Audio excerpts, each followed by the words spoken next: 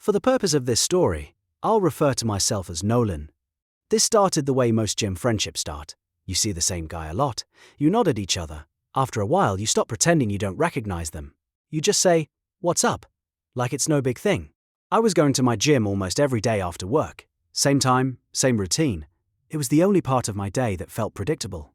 One of the regulars was a guy named Josh. He had that look like he wanted people to see him as a serious lifter.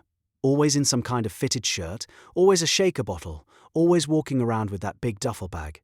He was there so often it felt like he lived there. At first, it was just small stuff, like a head nod when we passed the dumbbells. Pretty normal. You see the same faces long enough, and it starts to feel rude not to acknowledge them.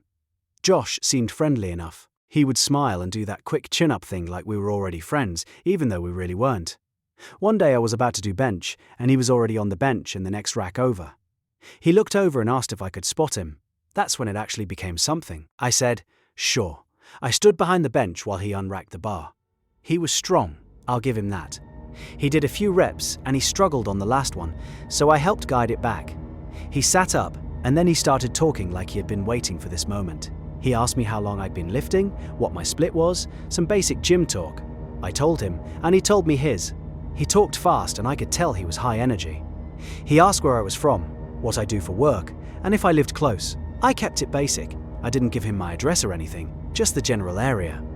He said he lived not far from me, and he laughed like that was proof we were meant to be friends. Before I went back to my set, he asked if I had Instagram. He held out his phone pretty casually, so I just followed him back. It didn't seem like a big deal. People exchange socials all the time now. It's like the modern version of swapping numbers. For the next couple of weeks, it was the same routine but slightly different. If Josh was there, he would come over and say, "What's up?" He'd ask what I was training. He'd comment on something I did like he was coaching me, even though I didn't ask. It wasn't offensive, just a little much. I figured he was just one of those guys who treated the gym like a community center. He would DM me gym memes sometimes. Dumb stuff. Videos of guys failing lifts or edits of bodybuilders with dramatic music. I just react with a laughing emoji and keep it moving. I didn't want to be rude. He seemed like he just wanted a gym friend. Then he messaged me one day saying there was a local festival happening that weekend and we should go. I didn't even know about it. I looked it up and it was one of those town festivals with food trucks, cheap drinks, random vendors, live music, and a crowd that's half families and half people just there to get buzzed in the middle of the day. I hesitated, but I said sure. It sounded like something to do. I figured it would be a quick hangout. If it was awkward, I could leave early. When the day came, I met him there in the afternoon. The first thing I noticed was how different he seemed outside the gym. At the gym, he had that controlled energy. Outside, it was like he had no volume knob. He was loud from the moment I saw him. He came up grinning too hard, slapped me on the shoulder, and started talking like we were reuniting after years apart. Then he started doing these weird voices, like cartoon voices, high-pitched nasally, and then suddenly deep and scratchy. He'd say normal sentences, but in a voice like he was doing an impression. It didn't fit the situation. It wasn't like we were telling jokes and he was doing characters. He just kept switching voices for no reason, like he couldn't help himself. At first, I laughed because it caught me off guard. It was so random that it was kind of funny, but then he kept going. We got drinks and walked around, and it was like the alcohol flipped something on in him. His jokes got more inappropriate, not in a clever way, more in a shock value way. He'd point at random people and make comments that you should not say out loud, especially not around families. He kept trying to make me laugh by saying stuff that would get him punched if the wrong person heard it. I found myself doing that tight smile thing, laughing a little bit, but also looking around to see if anyone heard. He didn't seem to care at all. He would look right at people while saying things like he wanted them to react. A couple times I told him to chill, like calm down. And he would laugh into another voice, like a creepy whisper, saying my name like it was part of the joke. Nolan in this fake spooky tone. He did it more than once. It was weird how much he liked saying my name. Still, the festival was busy and loud, and I could tell myself it was just him being socially awkward and trying too hard. Some people have no filter once they start drinking. I didn't want to judge him too harshly. Off one day, we ended up staying a couple hours. I went home thinking he was strange but probably harmless. After that, he kept messaging me more. He started sending DMs that were less like memes and more like constant check-ins, asking what I was doing, asking if I was going to the gym later, asking if I wanted to link up again. At first, I answered, but then I slowed down. I'm not the type of person who wants to be texting all day with a guy I barely know. He asked me to go out to a bar one weekend and said he invited 2 girls to meet us. That made it feel more normal, like, okay, we're just going out. There will be other people. It won't be just the 2 of us. So, I agreed. We met at the bar at night. Josh showed up already buzzed. I could tell right away. He had that half-there look in his eyes, and the extra confidence. We ordered drinks, and about 10 minutes passed, then 20, and no one else showed up. I asked about the girls and he said they bailed. He said it like it was nothing, like it happened all the time. Meanwhile, he hyped this up almost like it was a double date. I felt like he lied the entire time about the girls, just to get me there. That thought landed in my stomach and stayed there. Then the voices started again, even worse this time. He wasn't just doing cartoon voices. He was doing these creepy, exaggerated sounds like fake laughing, fake crying, then switching into a deep voice like a movie villain. He would incorporate these sounds and voices into the conversation we were having, but it was still so weird. He kept doing it right at the table while people around us were trying to have normal conversations.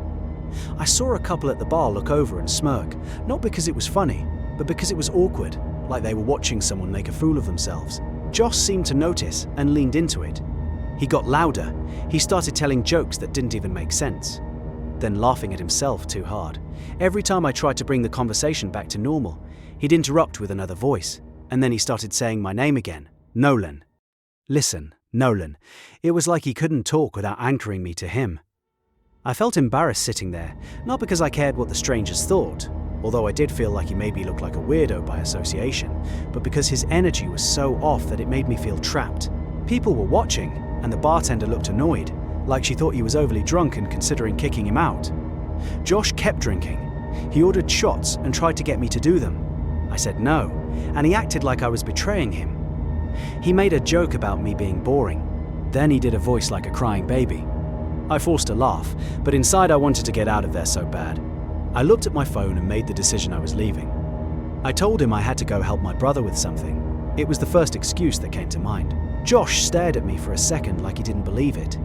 His face changed and he looked genuinely annoyed, like I had just ruined his night. He asked why I couldn't just stay.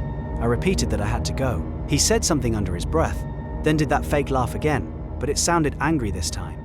I stood up, said I'd see him at the gym, and left. He didn't even say bye. People looked at me as I left, and I knew it was because we were a spectacle in there because of him. On the drive home, I felt relief. It was like I had been holding my breath for an hour. I told myself that was it. I wasn't hanging out with him again. Gym acquaintances is one thing. This was something else. The next time I went to the gym, I saw him. I tried to avoid eye contact. I stayed on the other side of the gym, hoping he wouldn't notice. Of course he did. He came up behind me while I was re-racking dumbbells and said, "What's up?" Like nothing happened. He was overly friendly again, like the bar night didn't exist. He asked why I left so early. I shrugged and said I had to help my brother. He asked if my brother was good, and I said, yeah. Then he started talking about going out again, like he was already setting up the next time. I kept my answers short. I told him I had a lot going on. He didn't take the hint. He stayed right there talking while I tried to move through my workout. He followed me from one station to another like he was glued to me. Every time I tried to end the conversation, he'd start a new one. It felt like he had decided I was his person now, and he wasn't letting go. After that, I started changing my gym time. I'd go earlier or later just to avoid him. Sometimes it worked and sometimes it didn't, and when I didn't see him, I felt better. But then I'd get messages more than before. If I didn't open them, he'd send another. If I left him unseen, he'd send messages like, "You good?" I started not opening my Instagram DMs at all. I hated the feeling of seeing his name pop up. It was like a knot in my stomach every time I thought that if I ignored him long enough, he'd get bored and move on. One night, I was in my room lying in bed trying to fall asleep. It was a hot summer night, and my window was cracked. My room is on the first floor facing the backyard. I heard something outside. It was a low and drawn-out voice, like someone trying to sound spooky on purpose. It said my name. It wasn't loud, but it was right outside, close enough that it felt like it was under my window. Then after that, it was just the sound of the wind making the abrupt stop even more unsettling. I sat up in bed, listening hard, but I heard nothing else. I got up and went to the window and looked through the blinds. Though I couldn't see anyone, I felt someone's presence out there. "I can't explain it," I whispered through the window, asking if it was Josh. I didn't mean to say his name out loud, but it slipped out because that was who it sounded like. When there was no answer, I backed away from the window and grabbed my phone. My first thought was, How would he even know where I lived? I hadn't told him my address nor posted it. I went to Instagram and messaged him. I asked if he was outside my house. I stared at the screen after I sent it, feeling stupid, but I needed to know. The messages showed seen a few minutes later. That made it worse. He saw it and didn't answer right away. I watched those little seconds pass, like they were hours. Then he replied with one word. No. That was it. Incredibly fishy. Why he wouldn't respond something more, at the very least questioning why I asked that. I didn't respond. I put my phone down and tried to forget it. The next day he messaged me again asking why I was being cold and distant. I didn't answer. I didn't want a conversation. I didn't want to give him anything to latch onto. But that night, I heard it again. This time it wasn't outside my window. It was in my backyard, farther back, like someone standing near the fence line. It was the same intentionally creepy voice in the same fake tone, like it was meant to scare me.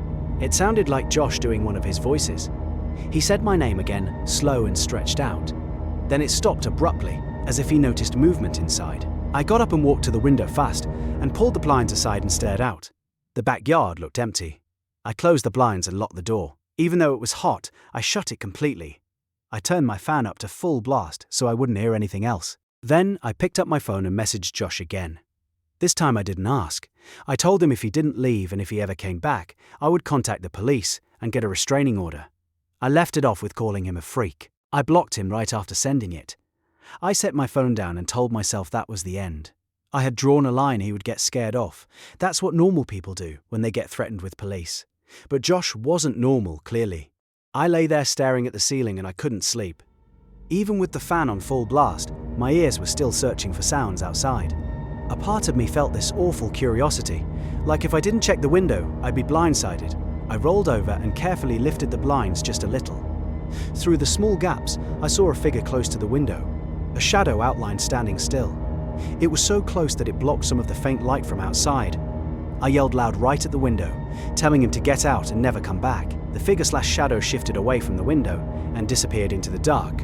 I stood there now shaking, listening for the sound of the gate closing or something, but there was just silence now. After that, I didn't feel safe in my own room anymore. Every sound outside made me think he was back. I stopped going to that gym completely. I didn't want him seeing my routine. I signed up at a different gym across town, even though it was more expensive and further away. I stopped posting on Instagram for a while. I kept my blinds closed at night, and I started checking locks obsessively. 3 weeks passed, and nothing happened. So I started to relax a little. Then, one morning, I walked out to my car and saw my rear tire was flat. I crouched down and saw the cut. It was a clean slice in the sidewall. He slashed my tire. I looked up and down the street, like I expected him to be standing there watching me. I didn't confront Josh. He was blocked anyway. I knew confronting him would only feed whatever this was. If he did slash my tire, it meant he was watching me. It meant he wanted a reaction. I didn't want to give him one. I got the tire replaced, and that same day I bought cameras. I installed Ring cameras around the house, front and back. I put motion lights in the backyard. I didn't like spending the money, but I liked the idea of being blind even less. I kept a low profile after that. I stopped going out late. I didn't take the same route home every day, and I checked the Ring app every time I get a motion notification. The worst part about all this was knowing a guy I met in the most normal place, a guy I just tried to be friendly to, developed this disturbing obsession with me after hanging out twice. And once someone like that decides you're their friend, or you hold any sort of relationship with them, good luck getting them out of your life. So my advice is to be careful who you let into your life at all.